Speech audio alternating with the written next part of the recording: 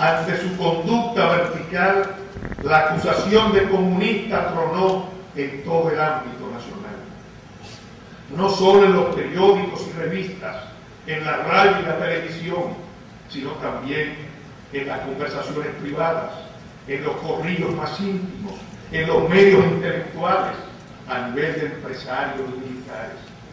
Un dueño y editor de periódico osó afirmar que muy pronto vería en su diario la coletilla en artículos y noticias. Esto es, el comentario que el sindicato de trabajadores del periódico pondría al final de los artículos y noticias, como sucedía en la Cuba de ese entonces, de los primeros años de la Revolución.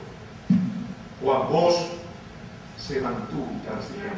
Afirmó por la televisión: de rodillas ni ante Washington ni ante Moscú, solo ante el pueblo dominicano.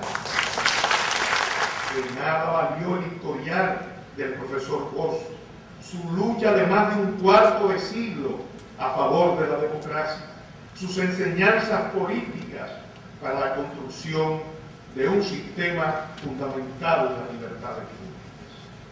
La acusación de comunista creó una falsa opinión pública y la misma sirvió para poner fin al primer ensayo democrático después de desaparecida la tierra. El segundo pretexto para conspirar contra la democracia fue las relaciones con Haití. En aquellos momentos, el vecino país se encontraba gobernado por la tiranía de François Duvalier. Juan Bosch, que como exiliado había sido acogido en su destierro por diversos países, no podía menos como gobernante que recibir y dar asilo a aquellos haitianos que huían del gobierno de Duvalier y buscaban refugio en nuestra patria. Pero dar asilo no significaba tomar acciones en contra de la dictadura vecina. Y en esto el presidente dominicano tuvo sumo cuidado y actuó con suma prudencia.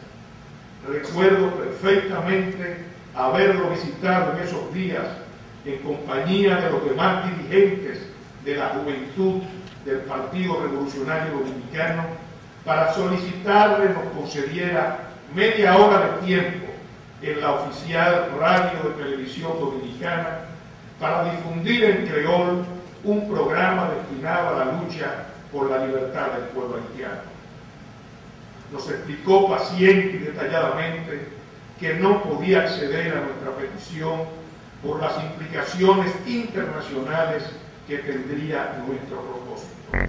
Y para que sus explicaciones no fueran a confundirse con alguna animadversión ante el pueblo haitiano, nos habló elogiosamente de sus luchas y heroísmo y de su solidaridad con el sufrimiento a que la historia los había sometido. Meses después pude comprender a cabalidad su posición. La situación haitiana de entonces fue utilizada por los enemigos de la democracia para destruir.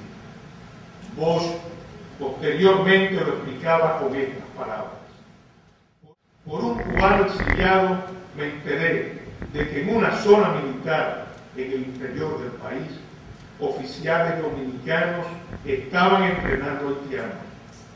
¿Cómo era posible que estuviera haciéndose tal cosa sin mi conocimiento? Llamé al ministro de las Fuerzas Armadas, lo interrogué, me dijo que era verdad y le ordené disolver el campamento.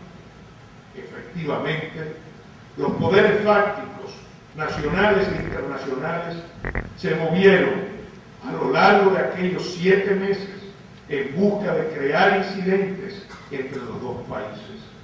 Situaciones confusas y reiteradas se dieron en aquellos días, como la noticia de que el exiliado haitiano León Cantave había invadido Haití desde la República Dominicana, o de que soldados haitianos atacaban a Dajabón con disparos provenientes del otro lado de la frontera.